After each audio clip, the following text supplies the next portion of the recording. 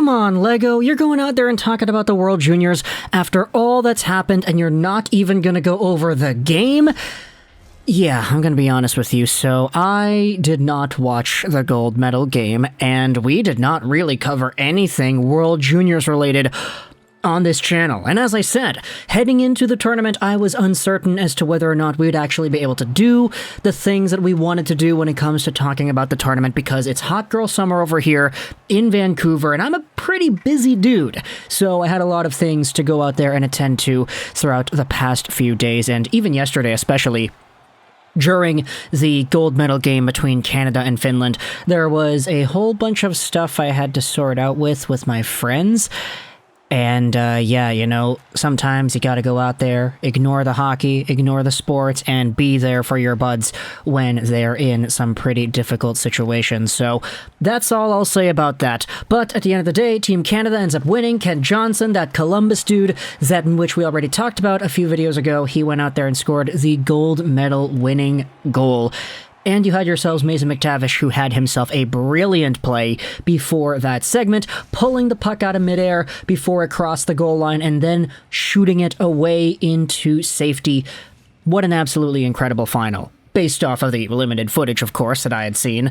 But today we're talking about the youngin' on the Team Canada gold medal squad, the projected first overall pick for the 2023 NHL Entry Draft. He needs no introduction because he just went out there for Team Canada and absolutely stole the show. We're talking today about Regina Pats forward Connor Bedard, 17 years old, 5'9", 181, as a right-handed center, who's just coming off of a 4-goal, 4-assist, 7-game sample for Team Canada. He was over a point per game. He had 8 points in 7 games played.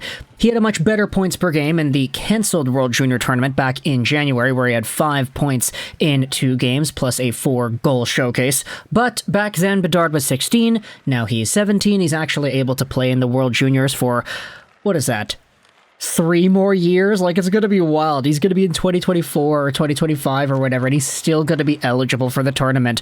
But this guy played his 16-year-old season, getting over a point per game for Team Canada. The Mason McTavish line was kind of reduced a little bit more to a checking role towards the end. Logan Stankoven started taking over the scoring race a little bit, but at the end of the day, Connor Bedard, being as young as he is and being as good as he is, he's making a very good case for him to go first overall in 2023.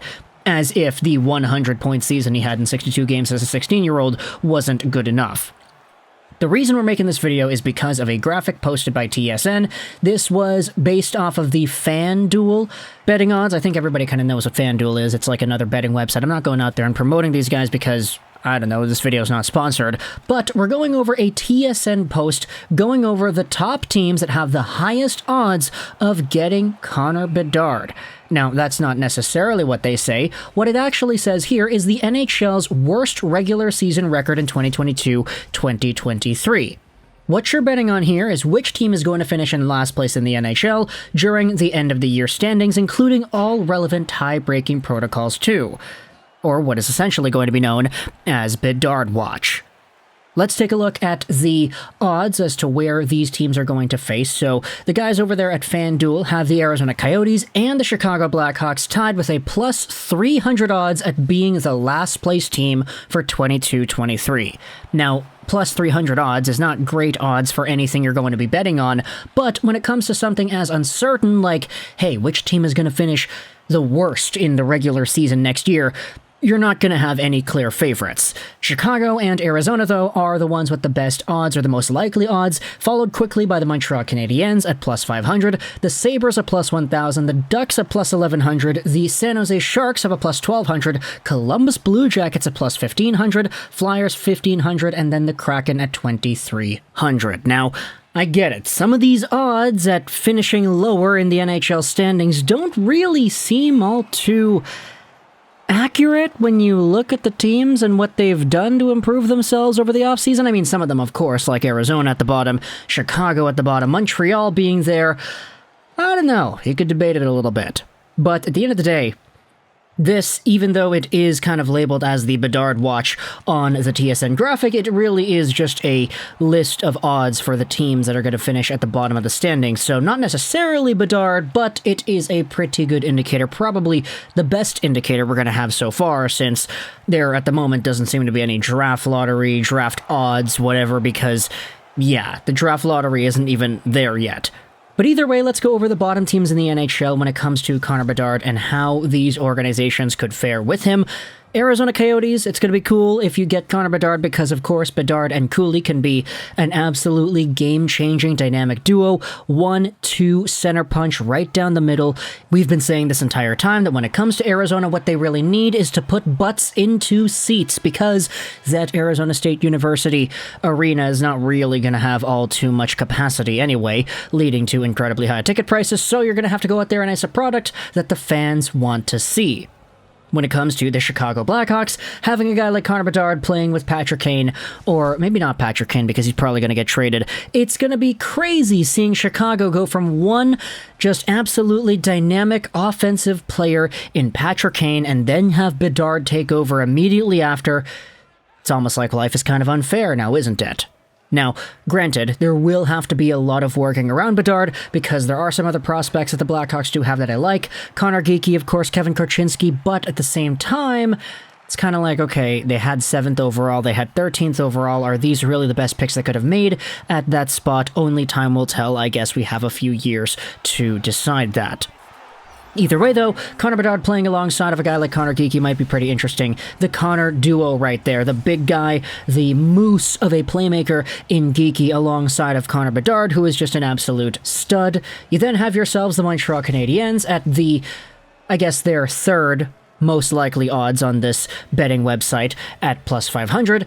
They have themselves a pretty good team, I feel, comparative to last season with the likes of Evgeny Dadonov. You have Kirby Dach. Sean Monahan is new in town as well. You're probably going to see a Dvorak trade sooner rather than later. You might see a Hoffman trade. Who really knows? Carey Price is not going to play, so we're going to have Jake Allen suiting up the entire season. I do think that with Slafkovsky, with Caulfield, with Suzuki, plus Martin St. Louis, getting a little bit more time to familiarize himself with the roster before heading into 22-23, this might give the team actually a good opportunity to outplay this ranking of being potentially one of the last teams in the entire NHL.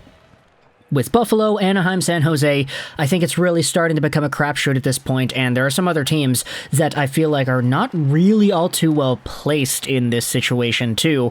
Like, could you really see the Columbus Blue Jackets finishing with the 7th worst record in the NHL? Or, for that matter, should they have the 7th best odds at being the worst team in the NHL after they just got Johnny Gaudreau?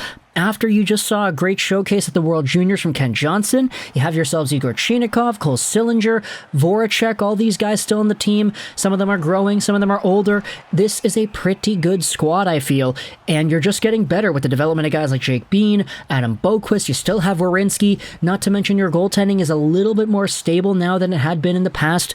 So for Columbus, I mean, especially with Johnny Gaudreau potentially mentoring Ken Johnson, as we talked about a few videos ago, this is a team that I really wouldn't consider to being in the bottom 7 of the NHL, and a team that has the 7th worst, or excuse me, the 7th best odds at finishing last in the entire season.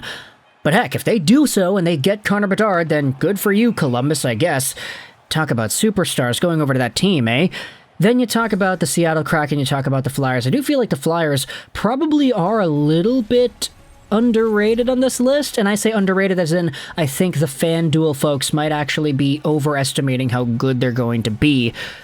But hey, I don't want to go out there and piss anybody off from Philadelphia, city of love after all, but I do think that the Flyers might be a little bit worse for wear than some of these other teams. Seattle is a team that I feel like could just absolutely crap the bed if whatever happens, happens, because they're still a new organization. I don't really think there's any expectation for Seattle to be fantastic.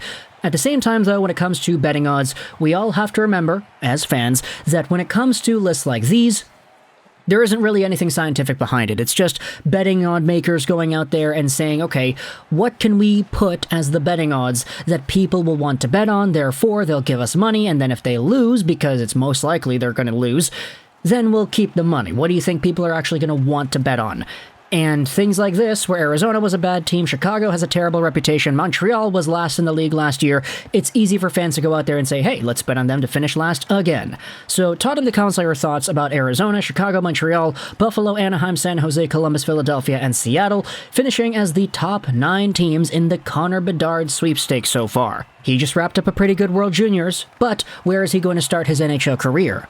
Talk in the comments your thoughts. I hope you enjoyed this video. Juraj 99.